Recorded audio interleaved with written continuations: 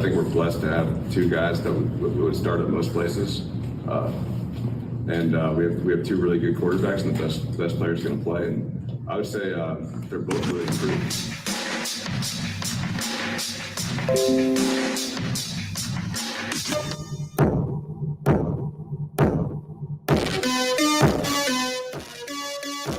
All right, welcome in on this Monday. Dennis Fithian with you here on the Maize and Blue Reviews, Michigan football today. It's great to be with you. Hope you had a great weekend. I did, and I'm ready to go on this Monday. It is. It doesn't feel like football weather. It feels like, I don't know, swampy Everglade type weather outside. My dog, who's part German Shepherd, he didn't want anything to do with it today. But with practice being underway and nuggets being served up on Maize and Blue Review about said practices, that, gets you going a little bit on August the 8th. And, it's just going to be a matter of time now before it's feeling a little crisper in the morning. And we're eyeballing September, and we are really talking about football. I remember, and I got a lot to get to today. That was Matt Weiss, by the way, Michigan's co-offensive coordinator. I'm going to talk about him a little bit today and some things that he had to say over the weekend. He was discussing the Michigan quarterbacks. He's the quarterback coach and co-offensive coordinator, and the guy likely that's going to be calling the plays, something that we're going to be discussed coming up. So what was my point? Oh, my point was I can remember when I was young and I didn't mind going to school, but it's not like I was looking forward to going back to school anywhere, grade school, junior high, high school, college. I wasn't looking forward to it.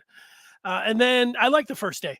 And then after that, not so much. But the thing that always helped me growing up of the not anticipation of going to school, I guess the disappointment of having to go back to school, was the excitement of football happening. And it, as sad as I might get, as I couldn't just hang out with my friends and had no worries in the summer and let's just let it fly. And then here comes school, the disappointment. Football would balance it out. And that still happens in these days, all the way. Now it's still happening. So, that's good.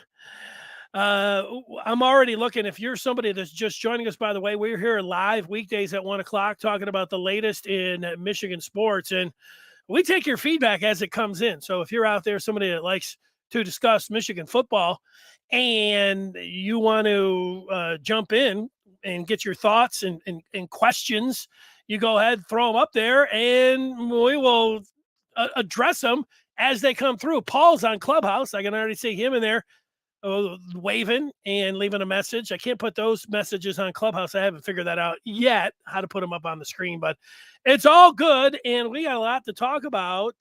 And it's really been a summer of a lot to talk about, but we do have lots to talk about coming out of camp. We've got some news, and I'm going to stress this a few times, but you want to know what's going on in Michigan football camp, recruiting, basketball, you should be with us all at Maize and Blue Review. Go to michigan.rivals.com and sign up. You will be up to speed. I will scratch the surface, and I'll even pull the surface off and dive in a little bit.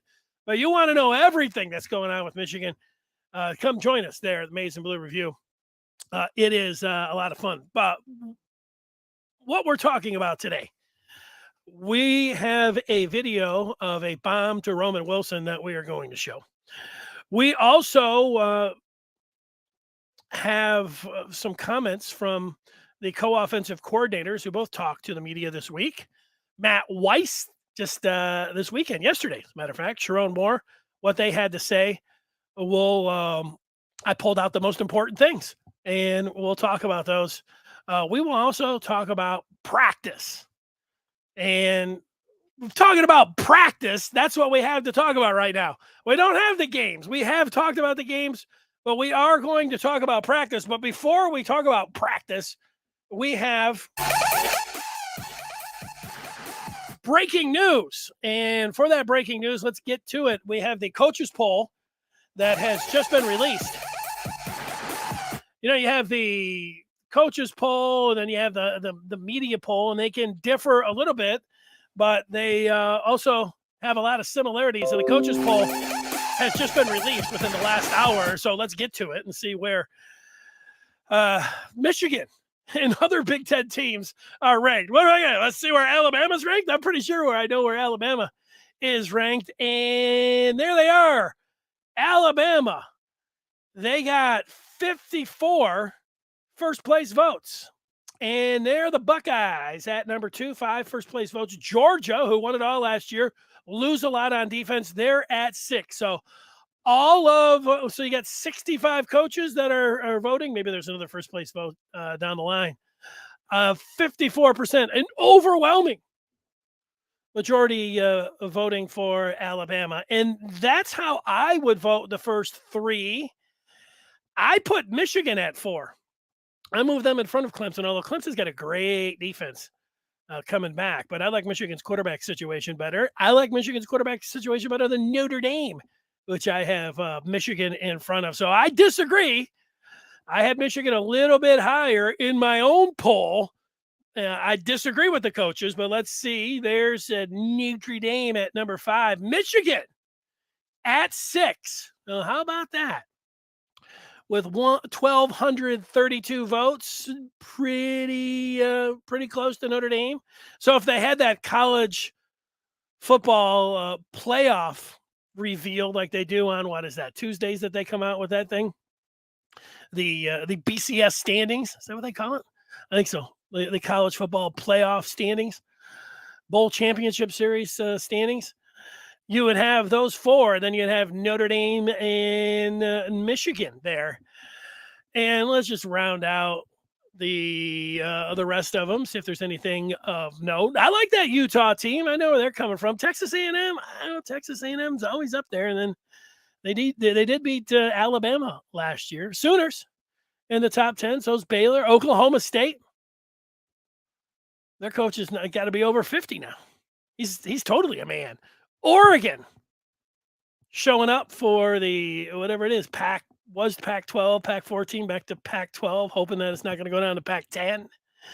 NC State, Michigan State at number 14. So there's the Spartans cracking the top 15. USC, Lincoln Riley, Pitt.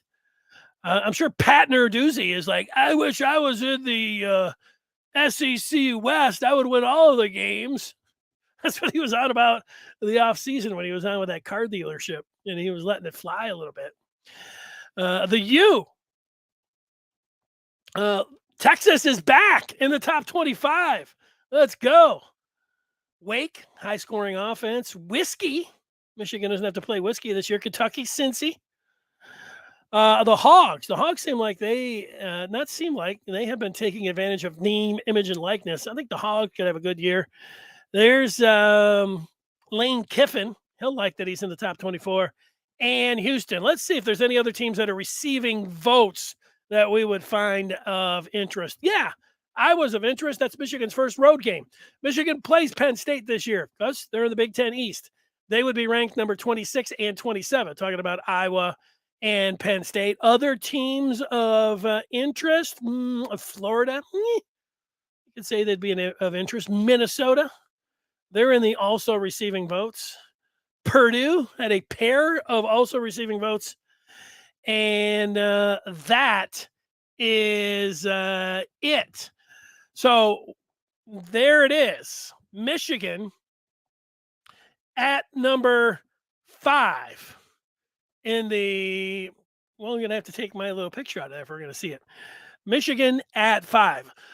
Before we tell you what we're going to talk about, let's just take some of the feedback that has come in right out of the gate here.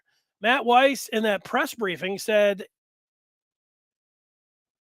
that he hinted at JJ could start, but didn't actually say it, didn't give any hint of when. A lot of blah, blah, blah. We'll get to some of that blah, blah, blah, Blue. One thing that yours truly has, and I appreciate people that, have the podcast, VCast, get on, YouTube stars, all those kind of things. One thing I know I've got a couple areas of expertise. One is coach decoding. After 25 years, now almost 30 years of sitting through millions of press conferences with coaches and managers and sitting in their offices and sitting in all these different places. And I know what they're actually saying, and I'll be able to decode that. I am also pretty good at being able to put things in context. So sometimes when I say, hey, this guy's really playing well, as it pertains to just the first week of practice, there'll be people like, oh, don't get ahead of yourself. You don't have to worry. I'm not going to get ahead of myself. I'm going to say it how it actually is. Perspective is something that I've been able to gain over the years. Antoine, weighing in out of the gate, also says he thinks Michigan should be higher. He'd flip Ohio and Michigan. He'd have Michigan at number 2. That's even higher than me, Antoine. But let the disrespect continue. Michigan does better when everybody doubts them. I'd like to have the chip on their shoulder. Yeah, well, when you're okay, Antoine, I like it. I like that you think Michigan should be number 2. They did make the college football playoff last year, and so and I like the team as well. And they did beat Ohio State. It's not always. I mean, if it was just how you did last year, then you'd automatically just put Georgia up at number 1. You combine, hey, what did they do last year? And what kind of team do they have this year? You could put the schedule in there if they had like a murderer's row. And even though they had a really good team coming back, you're saying, I just don't know how they're going to finish in the top 4. That can drop them down. Meanwhile, coaches are total, they're good at what they do. What they are not good at is putting together top 25 polls. They send it over to their sports information director and they have them fill it out. And they put total biases in there. Oh, I like this coach. He's part of my tree, or he's part of the league. Oh, I want to fatten this team up a little bit because we're playing him. So, the coaches, you don't, and you go all the way back to '97 when they gave the gift of Tom Osborne of a half national championship. When they hadn't done all that before, hey, he was undefeated. That's for another summertime show. We're into the meat of things here in August. We don't have to replay that old bit, but let's get some other feedback. Antoine feeling disrespected because of the poll. Malachi says he wants to know what Weiss is a football head. His X's and O's are going to be good, awkward. Coaches are always best at X's, XOS. I know football is a football head and his X's and O's. Okay, X's and O's. I think I have an apostrophe there. Sometimes it takes me a second. I thought maybe you're running some kind of, game code or computer code on me. I don't know. We'll see. Now, instead of recruiting, he's probably the X and O guy, while Sherrone is the recruiter. Well, you're getting to it, and it's what I am going to be talking about. So let's get that screen up there so we can tell you what we are going to talk about. Like we said, we got a video that we're going to show you. We're going to get to those co-offensive coordinators, but we are starting with what's going on in practice. We're talking about practice, not the games, practice. And the indication is, when do they start? Wednesday. Is that the quarterback battle right now? You've can go in depth if you went on Maize and Blue Review, but here's the Reader's Digest for us to talk about right now. The two quarterbacks are splitting the reps even, 50-50 with the first team. This is coming down. The more you think about it, the more you discuss it, is choose your weapon. If you go back to the video games, they allow you sometimes, you can take the machine gun, you can go in there, you can go in and, you can take the, the lightsaber, whatever, the different type of weapons that you can decide. It was like Braveheart. I watched Braveheart for probably the 5th time in my life last week. And, when they're out there on the field and Mel Gibson's like, who's with me? And you look at all the Scotsmen behind you and, some of them have spears and some of them have, the big hammer and, yet others, favor the little knives, to get in there a little quicker. I think I would go with the King Arthur type sword myself if I could swing it. But Michigan, and if you're a fan, you have to decide what weapon you want.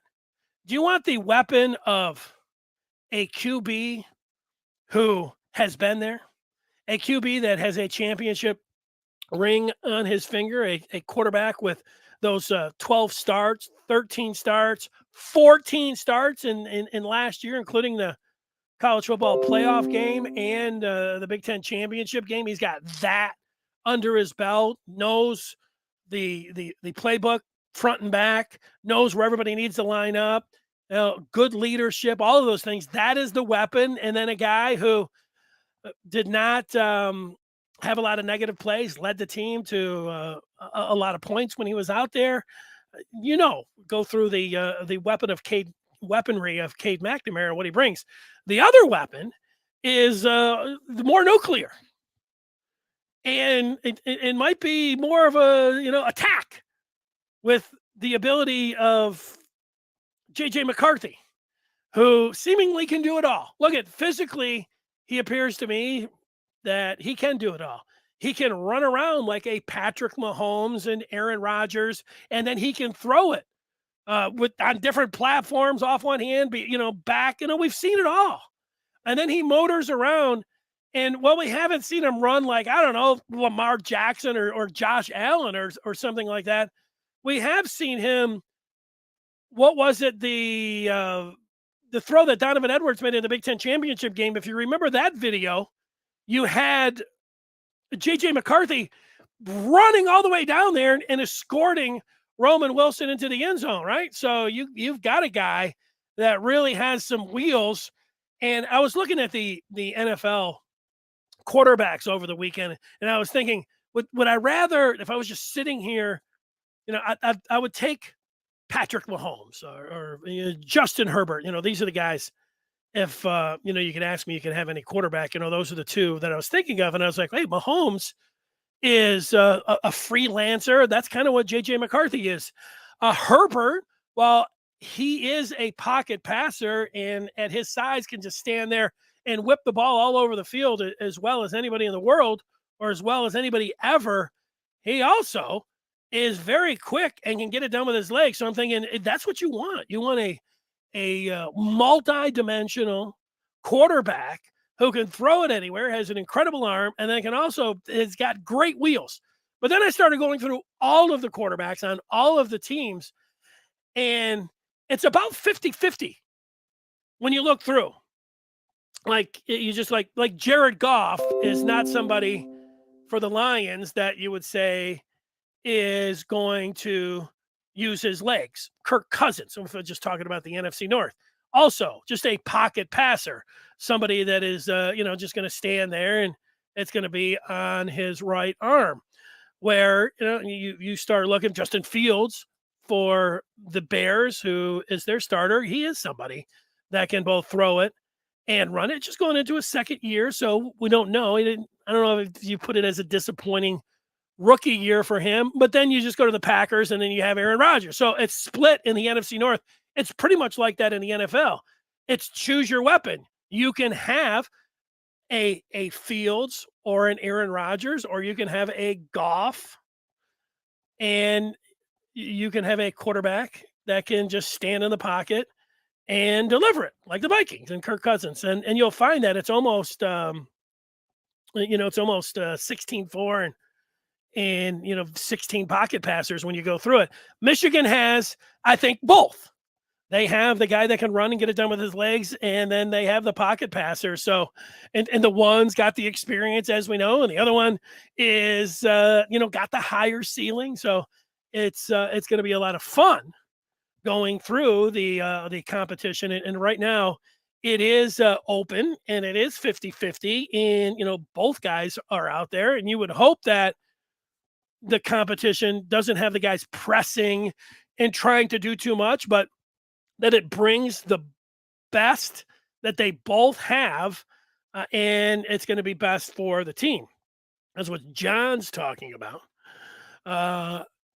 Tolu is talking about Michigan's linebackers being the best in the country now. Conference, he said, sorry, which is still, it's pretty high praise. I like the Michigan linebackers, starting with the junior Colson, and then follow quickly behind a guy that I think is one of the most underrated players on the team, and the Kai Hill Green. So there's two right there. The I don't know if it's interesting or fun part when you start talking about linebackers is like, well, Michigan's now 3-4. So then you can start saying, well, Mike Morris is actually an outside linebacker, and so is Taylor Upshaw, and so is Jalen Harrell. Harrell, Morris, Colson, and Kai Hill Green, best in the conference. Now, I'm Tolu. I agree. I'm with you. Although adding that Barrett are underrated and fast. As F. Yeah, they are. AJ thinks that people in the news and media are actually adding up Michigan's players instead of a knee-jerk reaction of losing Ajabo and Hutchinson. They're starting to see Michigan could be dangerous. Yeah, Michigan, you know what? Media, fans, anybody, Michigan, as we sit here today, and we've been talking about them all summer, and we know what they did last year, and we look at the roster right here, it is it's a great time to be a Michigan football fan. It's an exciting time to be a Michigan football fan. Why? Well, it's been a great summer because they won the Big Ten for the first time in a long time, and they are really stacked. It really doesn't matter if you're ranked. People are like preseason rankings don't matter. They matter to say, hey, what people think of you. And true enough, if you win all your games, it doesn't matter. You know where Michigan State's at with 14 in 1997. Michigan was ranked 14th in the preseason, and they were able to make it all the way up to the top. And if they didn't have a coach's ranking or a top 25 ranking, I would put my top 25 out there and rank them. And I had Michigan number 4. And then there would be others who would ask the print media and the digital media and anybody else running pod, put it all together, and then they would have their particular poll. So you're always going to have a poll, and then it's just a gauge. And do you miss a lot? And you say, whoa, that team was really overrated. Yeah, that will happen annually. And then there will be a team that, did not get the respect. How about last year? Where was Michigan last year in the top 25? They weren't there. They were, now you say the pandemic, is fair, that's fair. But Michigan was the first team not to be in the preseason top 25 to make the college football playoff. So it can happen. It is out there. It's a little bit like recruiting. We just like to have a guide. Hey, you're saying this guy is really good. And as rankings, Michigan being 6, that's like being a 5-star. So great expectations for the team this year, and choose your weapon with the quarterbacks, whichever way it is going. I've made my predictions. You can go in past podcasts and look at. I have it exactly how I think it's going to play out, and you can have your opinion as well. You might think McCarthy's going to start by game 1. I don't think that that's going to happen, but I ultimately think he will. Keith is pumped for the season. Keith, you're a football fan, and it's I mentioned that pandemic that got us all kind of slap in the face and like, whoa. What the hell is going on? But you go back before that and you remember previous August and in how you dealt with them getting ready for the football season. I love football. I hate preseason football. It wasn't always like that. I used to take them and be like, it was pretty exciting for a quarter. It's pretty exciting for a half. Pretty exciting for 3 quarters. And then about 5 years ago, preseason football jumped the shark, where it's like, I don't even know if I want to see any of this. Still watch a little bit. And, you would argue back and forth like preseason means nothing. And I used to accept if there's an injury. And I used to always think, that's true. I feel like that. But then I would watch the Lions every year in preseason. And it was only a couple of years ago that they were playing. I think it was the Buccaneers. It was Matt Patricia was the head coach, and the Lions were trying a bunch of ridiculous things. They ran their field goal kicking unit on in a rainstorm and almost killed their kicker. He slipped and everything. And they looked so bad. Like they couldn't have looked any worse. It was like 40-0 at the half. They couldn't make any tackles. They were an embarrassment. And so you watch this and you're like, oh, I am going to have to downgrade them. And I can remember a long time ago, the Lions, there was a Monday night game, the third preseason game. Believe me, I'm going to go back to Michigan. I'm just thinking about August and preseason football, and it does get you excited. And it's like talking about practice for Michigan a little bit with the exhibition games. But the Lions a long time ago, it might have been the 2000, they were wearing these black uniforms and they were playing the Rams on a Monday night. Everybody was excited. I was too. I was thinking, this is a team that can make the playoffs. And they went out against the Rams and got smoked in the first half. They were, again, it was like 40-0. They couldn't walk and chew, tripping over there. And they just looked so bad that I said, I got to downgrade them. And the point of all of these things with the Lions is that the preseason doesn't mean anything except the injuries, except for the Lions, because you can watch them and they can play so bad that you can downgrade them. But we'll see about them. And, a lot of that's neither here or there. I just, started thinking about August and football and just having exhibition game that's being played out there. Heck, people last week knowing that nobody's going to play in that Hall of Fame game were tuning in. Actually found myself flipping over from baseball. I'm like, okay, I'm at least going to watch the football. It was in a rain delay. And then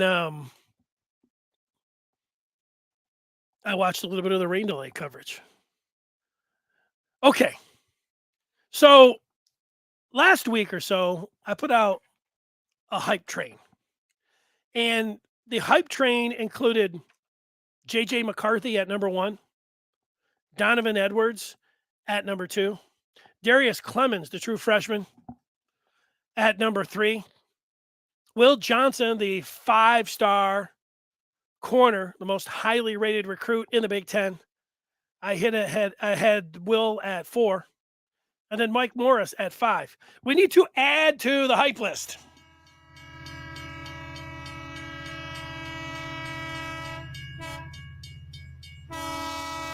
Andrell Anthony.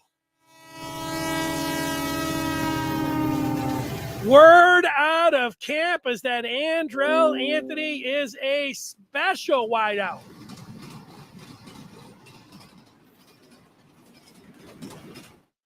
And I know last week I sat here and I asked people to get in, and they were giving up the players that they thought were hyped, and there were a few people that said Andrell Anthony. And after this weekend, I got to tell you that I think that the people that were hyping up Andrell Anthony, there was an excellent bit of hype.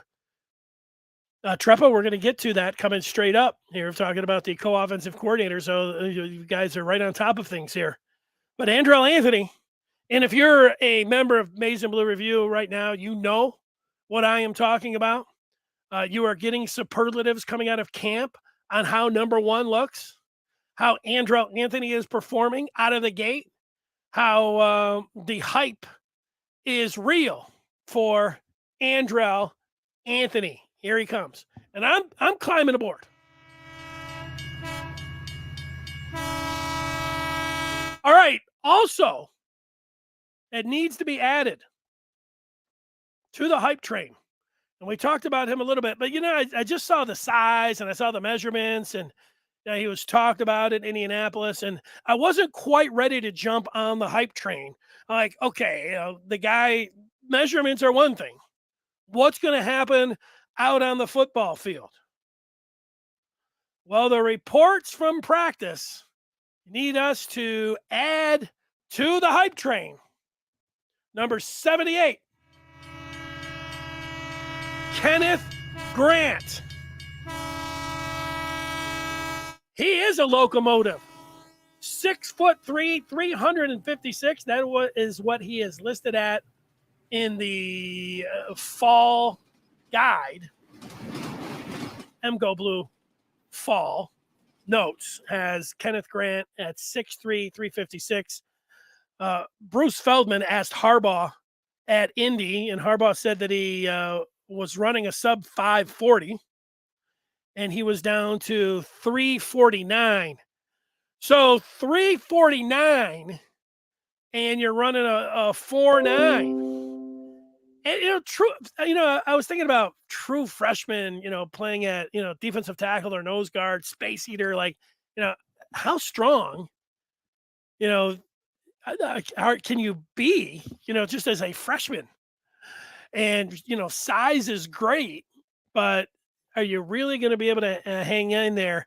There have been some comparisons, and this is early, and this is one that I'm not saying that he's going to be Godzilla. Jordan Davis, if you remember, big 99 from Georgia, who I picked as a Heisman finalist. If I had a ballot, I would have sent Godzilla's name in. Jordan Davis. Davis is a little bit taller and maybe a little heavier. But if you can get a guy who can run and a guy with the kind of size that KG has, Kenneth Grant, well, you might be looking at a little Godzilla here. And at least as the hype train goes and what is being said about Grant before he plays his first ever game, he's on the hype train. And I'm putting him aboard. Kenneth Grant, hype train edition, along with McCarthy, Edwards, Clemens, Will Johnson, Mike Morris, now add Andrell Anthony and Kenneth Grant. We got into all of the reasons why those five guys are on the hype train. The captain's all aboard. Antoine's all aboard with the captain.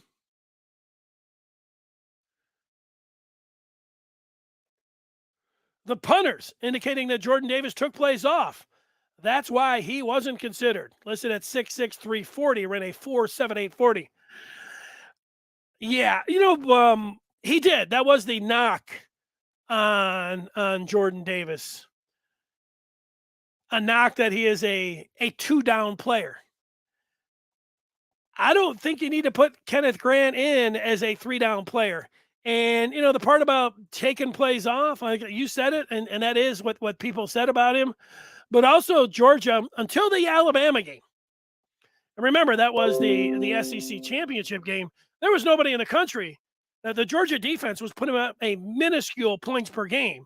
They had what looked to be, and this is always, you gotta wait. Sometimes you proclaim things, and then the Georgia defense was proclaimed as a generational defense, punters. And Kenneth Grant was the leader in. And remember, that was right around the time that you're putting in your finalist. And so from what I saw with Grant, and they were loaded all over that defense and everything else. And hell, if he was taking so many plays off, he was still in the first half of the first round of the NFL draft. Godzilla, I think, is for real, taking plays off or not.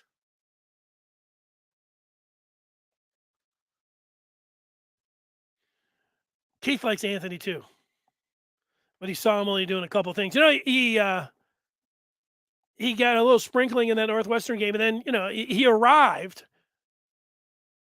in that Michigan State game. Of course, he's the pride of Lansing. Andrell Anthony from Lansing, went to Michigan, had the 93-yard touchdown against the Spartans. Went up and they were targeted. He was the number one wide receiver. You could see it. So one thing about college football, and a lot of people want true freshmen right off the bat to be out there and be great. And it happens sometimes. I can remind people that in 1995, my first year covering Michigan, and Michigan had Charles Woodson didn't start against Virginia. Everybody's like, what's wrong with Woodson? Come on. Woodson wasn't the best freshman in the first 6 games of the season. It was a defensive end named David Bowens David Bowens was like, man, Michigan's got a great freshman in David Bowens. Now, by the end of the year, Woodson was getting more time, and Woodson had 2 picks in that Ohio State game, and then told Terry Glenn that he shot his mouth off and talked a little bit too much. And, Charles arrived. And, the rest is kind of history there. But it's also a good reminder that just because you don't jump out in game 1 and it takes you a little while, some guys redshirt even as freshmen. And that's not always a bad thing. You know what I mean? So it got banged up a little bit, Antoine's saying. All right, let's get to a lot of people making the point about the offensive coordinators. Again, we're talking practice here. Matt Weiss indicated that Khalil Mullings, at 6'2" and 232 pounds, that's his listed weight on MGO Blue on the fall roster, that Mullings, who we saw in the spring, but was only listed at linebacker on that fall roster, Weiss did indicate that Mullings is splitting time, playing both sides of the ball. So he is still at running back and linebacker. And, when you ask me my feelings for a two-way player, I'm not torn and I'm not against guys wanting to be slashes and play different positions and then different sides of the ball. But I also think it takes a rare player. And Michigan may be doing too much of this.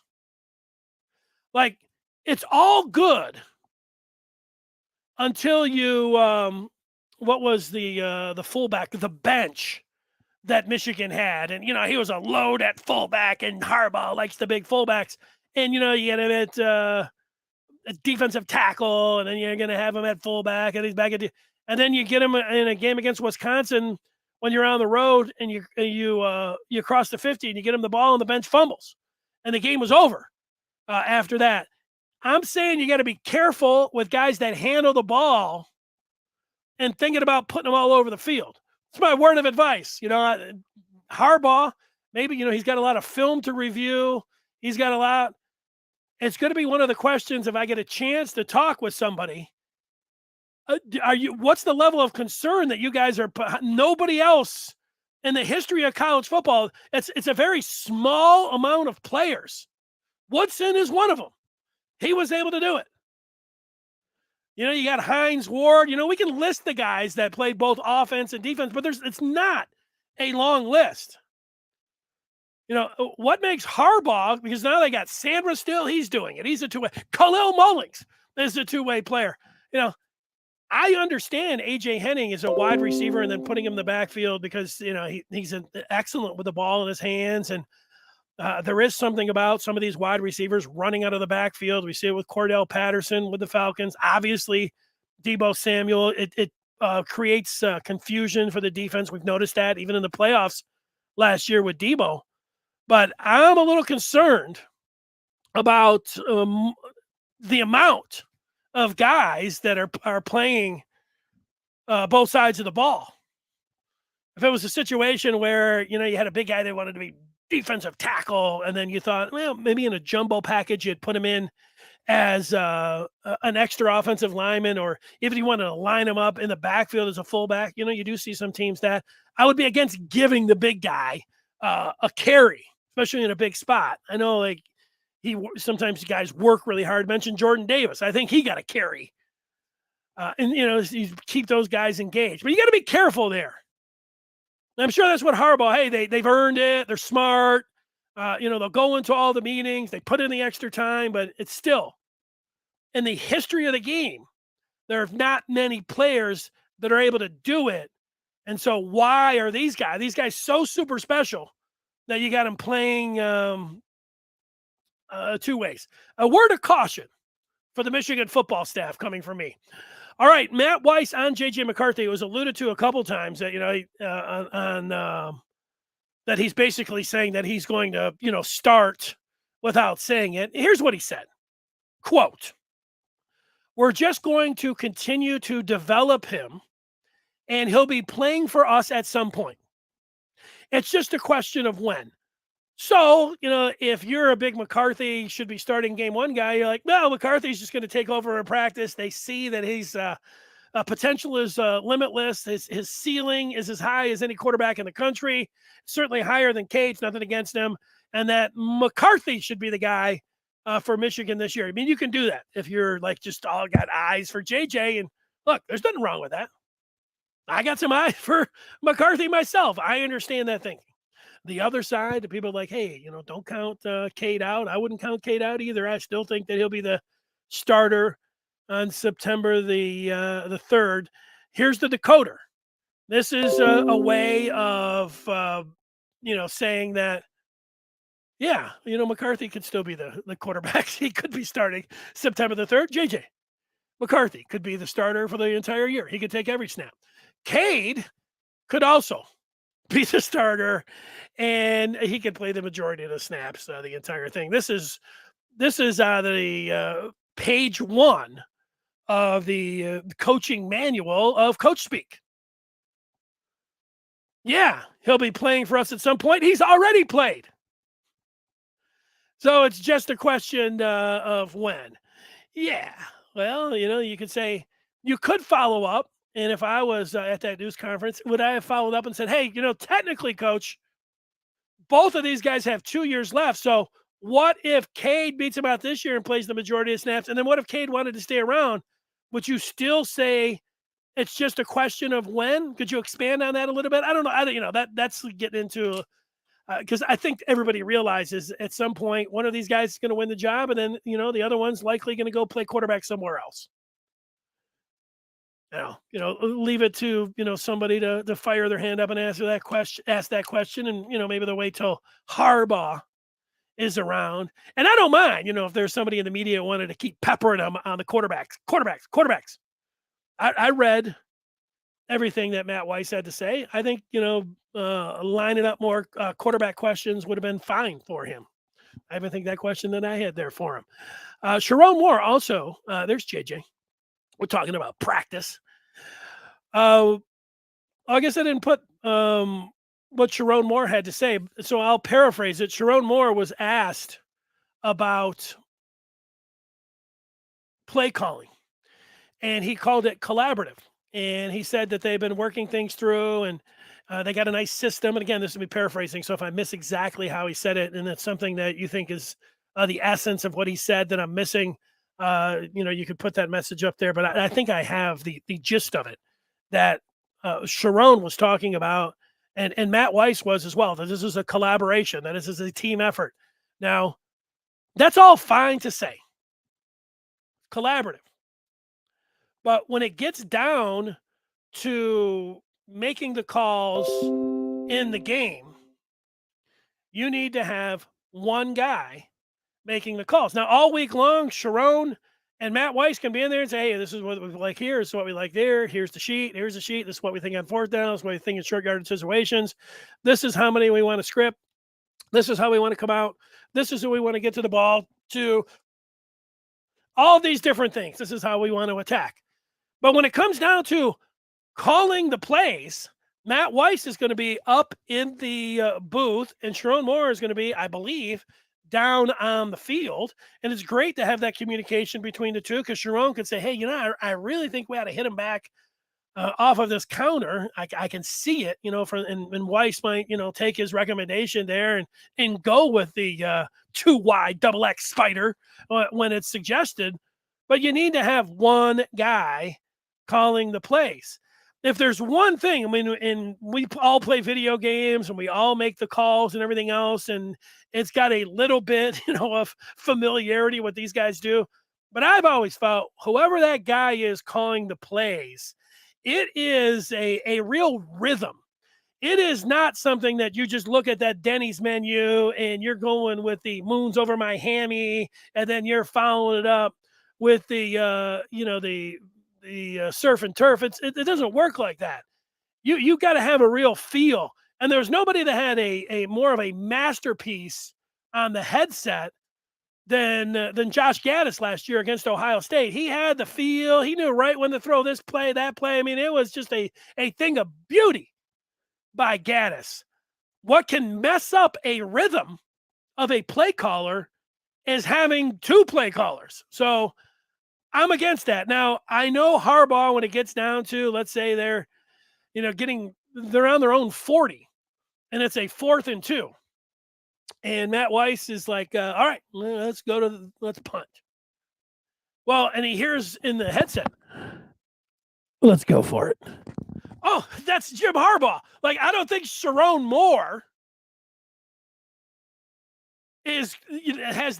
should have the capabilities of let's go for it. Let's put in the Buffalo package and let's run for it on 4th and 2 with Donovan Edwards over the right side. But Harbaugh, he can do that. Just like you get down to a 4th and goal situation from the 3 and everybody wants you to go for it. And Weiss is like, let's take the points. And Harbaugh's like, we're going to go for it. Okay. So Harbaugh can do a little bit of that. Maybe Harbaugh will give him a suggestion, but you need one voice and letting those guys make the call. Let's get to some of the feedback. Blue, Dove, regarding Weiss's remarks, yes. When? And did he mean JJ starts without saying it? No. Those were just ways to, parse your words. Those guys are trying to say something without saying anything. And for Sherrone, if you went through it, the reason I didn't put much in, and there's nothing against it, I like Sherrone more as a coach, as a recruiter, all of it. But, Sherrone Moore, it was a classic, and he is a coach.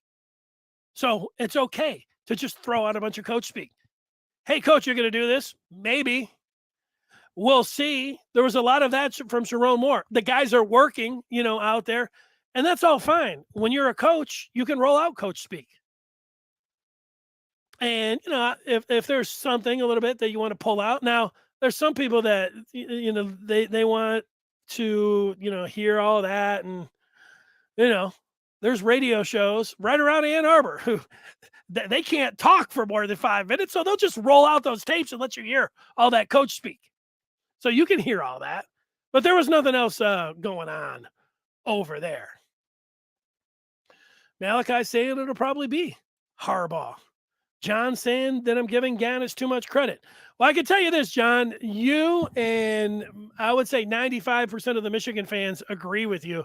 Right now, Gaddis, from some of the stuff that he has said since he has bolted, is persona non grata around here. He's bad talking the Wolverines and, everything. So I get where you're coming from there, but I thought that he called a masterpiece. I'm not the, biggest Gaddis guy in the world, but, he called a masterpiece last year against the Buckeyes, and I will give him credit for that. Tolu saying way too much credit. It was the O-line and Haskins that beat OSU. The flea flickers were cute. People are gay. This is what you call ganging up on me, which I'm all right with. Exactly. Josh Gaddis wasn't all that. He had to ditch his own playbook and start running some of the Harbaugh plays out of the spread. The speed and space will never work for Michigan. Three people against, 0 450 right now, if we're all keeping track. It's okay. I'm getting beat today. Coach speak. That's what I meant. Yeah, a lot of coach speak. And Antoine indicating that Phil Steele has Michigan as the number 1 offensive line in the nation. I'm sorry, that is Ferris. Yeah, Ferris, you're right. And you bring in Oluwatimi, who was the, on that Remington Award list as one of the top 3 centers and graded out as the best running center by Pro Football Focus. And you put him in there. And you did have Andrew Vastardis, who was a 2-year starter there, 2-year captain at center. But Oluwatimi, I think you could make a case, and I'll make the case that he can do as good or better job. I think that's pretty reasonable and safe. Not saying that he's going to do a way better job, and I think he's going to do a better job. Certainly as good as Vastardis, who was pretty good, and was a hell of a Michigan player. Out there at right tackle, I think when you look at Trente Jones, who came in on those Buffalo packages last year and didn't have his nameplate on there because they put that 80 on his back. And this has been one of those indications where you notice how they don't say, well, they're really battling. Even Sherrone Moore, I'll give Sherrone Moore, he did not use the coach speak because it was like, is Trente the guy? And he was like, Trente's the guy. Paraphrasing. They still like Carson Barnhart. Swing tackles, started 4 spots on the offensive line. It's great to have a swing tackle and a guy that's played inside and outside like Barnhart. He could, in a pinch, could be in there, and you might not lose anything. Now, Trente Jones is a mauler. That's why Michigan had the number 1 offensive line last year, and Michigan's offensive line could be better this year. So that's the good stuff. Okay, before we show you a video, let's take some more of the feedback. Charles looking good in that hat and suit. He's just hopping on here. Rank Michigan's position groups. Asking me to rank Michigan's position groups. I will start with that offensive line at number 1. Charles, I will, what is Michigan's second best position group? I think it's wide receivers. With the additions now of Darius Clemens as a freshman, not even to mention Marion Walker and Tyler Morris. And I don't know about those guys yet. I do know about Clemens from what I saw. I watched him running routes before the spring game. I was locked in on him. Like, hey, he reminds me a lot of Braylon Edwards. And then he went out and it looked like Braylon Edwards catching that touchdown, catching the back half of the football. And then you add in Ronnie Bell to Cornelius Johnson and Andrell Anthony, who I'm on the hype train with, and Roman Wilson, who I think is going to lead Michigan in receiving touchdowns. I mean, so that's number 2. Number 3, do I want to put a defensive group? What's Michigan's best defensive group? That's going to be the linebackers. But do I think I'll go with running backs? If you look, I was doing this myself, ranking the running backs. I don't think Blake Corum is the top running back in the country, but I think he's one of the top 5. And I think that Donovan Edwards could be better than Blake Corum. I think that Michigan's got 2 of the top 10 running backs in the country. I'll put the running backs as number 3. So where are we at? Well, the quarterback position is stout. I'll put them 4. I'll put, is that all the, well, I like the tight ends too. How about all 5 positions? There you go. I'll go tight ends behind running backs, and then I'll go linebackers. I will go, because Mozzie is so good, I'll go with the defensive tackles. Where do I put defensive ends? There's a question mark in there. Defensive ends and also the defensive backfield. Well, I like a lot of the personnel there. Unproven, I will put defensive ends, which a lot of players in there to pick from. Jalen Harrell being one of them. The defensive backfield safety, I feel they got both of their corners back, so maybe I should bump those corners up a little bit. Did I do it? Now that I do that, I want to put the defensive line behind the secondary, if I can put the entire group of defensive backs there, because Michigan has in Jaimon Green and DJ Turner, two returning starting corners. And then if you add Rod Moore, who started a few games in there for Michigan, and heck, RJ Moten as well has got a handful of starts. Maybe I'm sleeping a little bit on that defensive backfield for Michigan. Okay. That was a long answer. We get some other people ranking them. Offensive line, defensive line, quarterback, wide receiver, tight end, defensive back, linebacker. Antoine says, don't forget Zeke Berry. He'll be wearing number 10 as a safety. I'm not forgetting about him. Defensive end, we should say defensive line. The captain has it down as offensive line, running back, quarterback. Where are you putting tight ends in there? I mean, Michigan's got some pretty good tight ends. You're putting wide receiver as 4. I don't know about that. What's up, bro? pretty cool to see the depth on this Michigan teams. Reminds me of the 49er Harbaugh teams that competed yearly for the Super Bowl. Hey, um, I think people should be excited about this year's Michigan team. I I think the hype train for this Wolverine team, ranked sixth in the country, the defending Big Ten champs.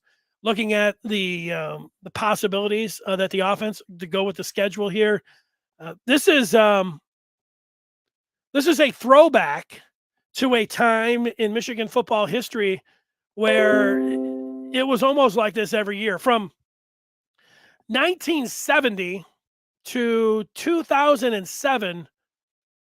This is mostly how it felt. Now, Michigan didn't win the Big Ten in every single one of those years, but they won a lot of Big Ten championships. And if they didn't win the Big Ten, you always felt like they were still just a play or two, or at least a handful of plays away where you could talk about them going undefeated. And then from 2008, really to, I don't know, 2014, till Harbaugh took over, the Rodriguez and Hoke years, save a year in there maybe, that, it was a big step back. It didn't feel like Michigan was a handful of plays away. It feels like that this year is going to come down to a handful of plays, and that Michigan could make the college football playoff again with the talent that they have on both sides of the ball and where they're at with their coaches. Now, last year, the plays, if you go and we wanted to look at them, the Eric All play, I mean, they don't make that play, a 47-yard touchdown. I'm not sure they win that game. The Penn State game.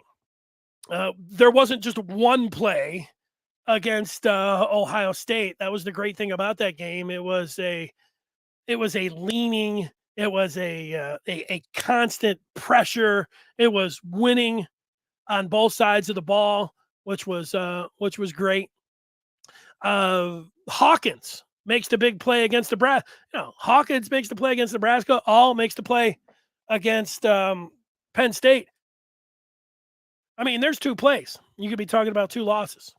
Now I know it cuts both ways because you could go to that Michigan State game and pull a handful of plays out in that game. And, you could talk about winning that one. Maybe just one if you go to it. Jadkins asking a question. Who's the dark horse on Michigan's team? You want a dark horse on the Michigan team? I like Roman Wilson as the dark horse. I think Roman Wilson is going to lead this outstanding wide receiver group in touchdowns. Yeah, I think he's going to snag 7 scores. I'll put Roman Wilson down as the dark horse. Speaking of Roman Wilson, let's see if I can get to him.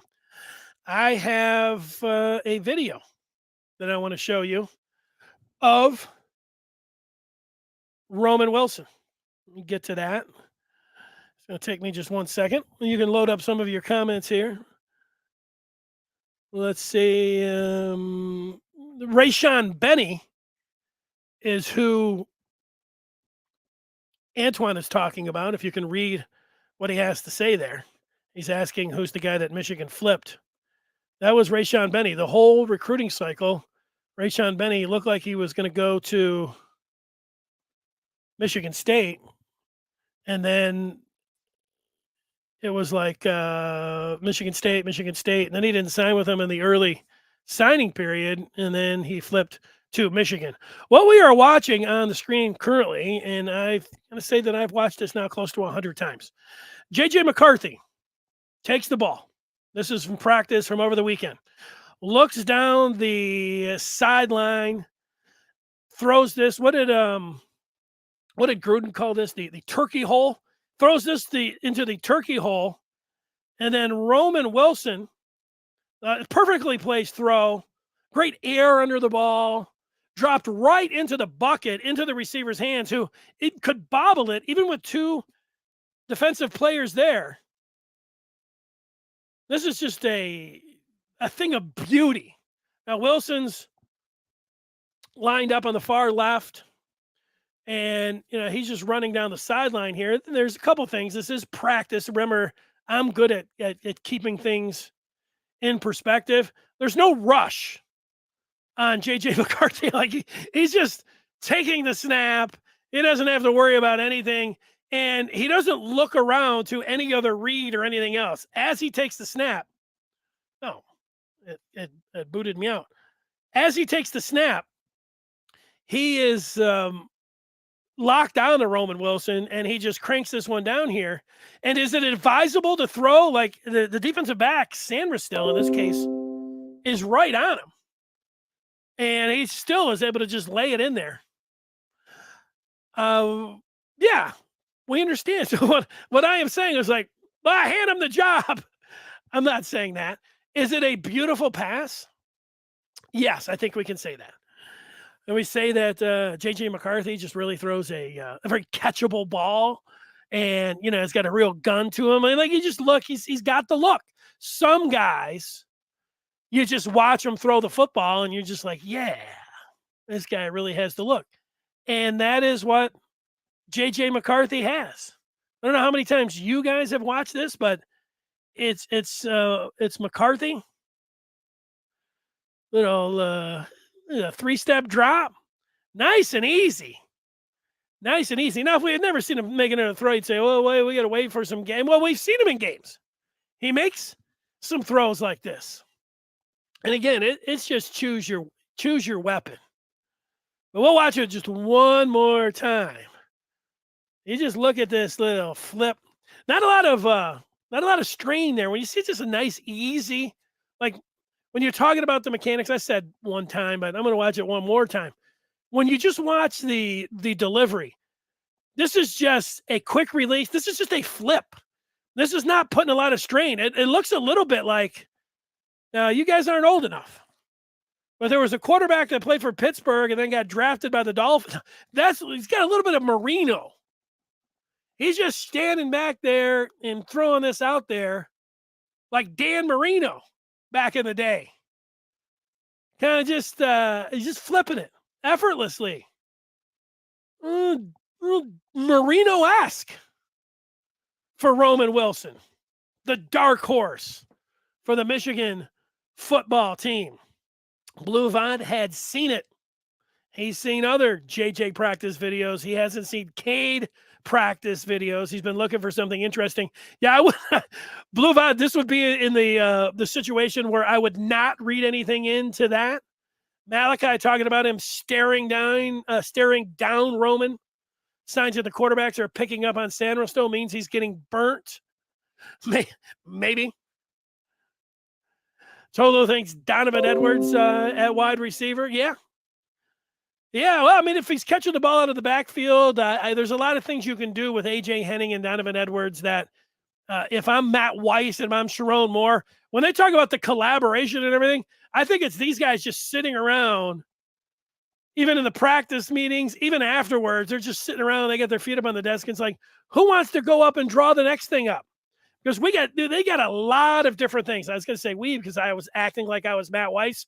I could take that pen, that dry erase, and I could start drawing up a lot of things that they can do.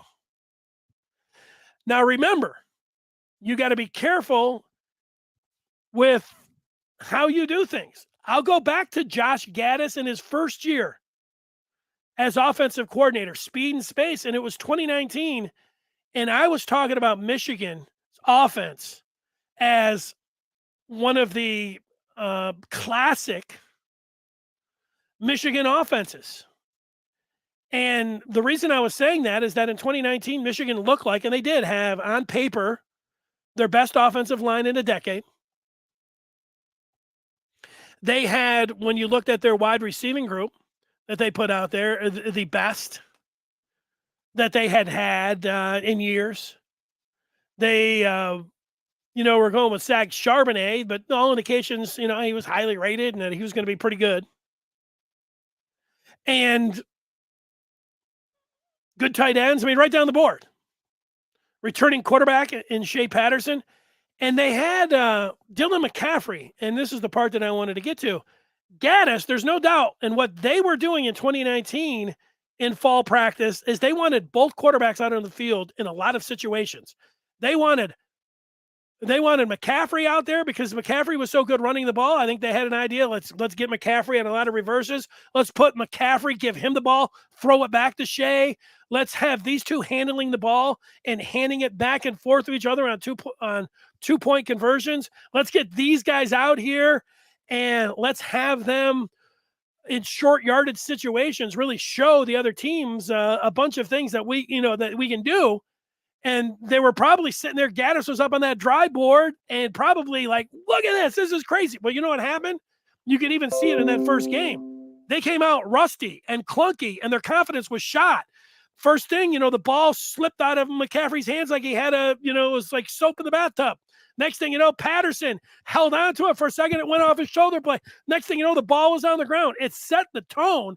Patterson got hurt, I think, in the first play of that game as well, and it kind of shot the offense. But you know what else had him shot is that they had worked on that so much. Let's hand the call. I'll call it cute now, and great drawing things up on the race board sound great until you go out there and then these guys can't handle the ball. It set the tone for that offense. If you remember, 2019, what held them back? Well, they fumbled the ball. Nobody can hang on to it. And it stayed with them for like half of the season. It was a problem, big problem. They almost lost the freaking Army game because of it. They say that's all on Josh Gaddis. They were in practice. Man, they're handling it. Look at these guys. They got ball security. That's why, everything's great until you put the ball on the ground. Okay. Let's get to the last. I don't know why that's making me laugh. I don't like the ball being on the ground. Blue Dove saying JJ can throw and complete the long passes. I don't want Michigan to not go for it in games. Fair. It's funny how sorry guys, I'm still just waking up now. Yeah, hey, no problem. T.O. saying JJ has excellent mid-range game, arm strength to hit the out routes, splitting the defenders across the field. Yeah, I'm with you on that. And we'll get two more in here. DJ saying, not great defense, better offense. Nice back shoulder throw, post corner, a touch. Is that Morant, 31? He transferred, even if he stays. No, that is not Morant at 31. You see 20s, Mullings. You got Sandra still in there. There's a 31. Do I have the roster? I do have a roster around here. Let's see who 31 is on the roster. That is William McBride, a running back out of Seaholm. Does that look like William, a running back? Or did somebody else wear 31? I can scan. No, you know who that is? Now that I look, this is the spring roster. If you have the fall roster, you will notice on the fall roster that Jalen Perry, who was formerly, would you rather watch this? Let's take a vote. This, me talking here, or this? I'm going to vote for this. Jalen Perry wore number 16. He changed it to number 31. So there it is. That's not the walk-on running back from Seaholm. That is Jalen Perry, corner. So you got a backup corner. You got Sanders still two-way player. And I think Rod Moore is in there as well, which is a good sign. Let's see if 19 is in there. Because 19, remember, he was held out of spring. I heard all guys were good to go. Yeah, there's 19. That's Rod Moore. Rod Moore, Mike Sanders still. Good stuff. All right, and the final bit of feedback comes from none other than Antoine, who says, it's an NFL pass with a high difficulty. I don't expect them to go for that type of pass, nor do I necessarily want him to try. It's nice to know that he can because Cade left easier passes on the field. At times, I thought Cade, even going to the Big Ten championship game against Iowa, Cade started, he made some throws that he did not make earlier in the year. And then, nothing really worked against Georgia. But it's going to be fun. It is fun. And let's just remind everybody, we did talk about practice. There's a good look at JJ. You want to know what Michigan's next move is? You should be joining up the Maize and Blue Review today. Go to michigan.rivals.com. I really did just scratch the surface here. All of what we talked about today, this is ongoing Wolverine Den. You just get in there. You want to know what's going on with recruiting up to the second? These guys are on it. Michigan.rivals.com. I'm on the posting board, saying all kinds of responding to the posts, making threads up myself. It's good, clean fun. We'll see you there. We'll be back here tomorrow at 1 o'clock talking the latest about the Wolverines, the 6th ranked Michigan Wolverines as they continue to get ready for September the 3rd. Thanks for all of the feedback. If you get a chance, follow the podcast. Follow us on YouTube, do the rating, and also leave a review. All of those things help us immensely. And you know what? They're free for you. So if you do that, give you the big thumbs up. Till tomorrow, everybody have a great day. Thanks for joining us. See you then.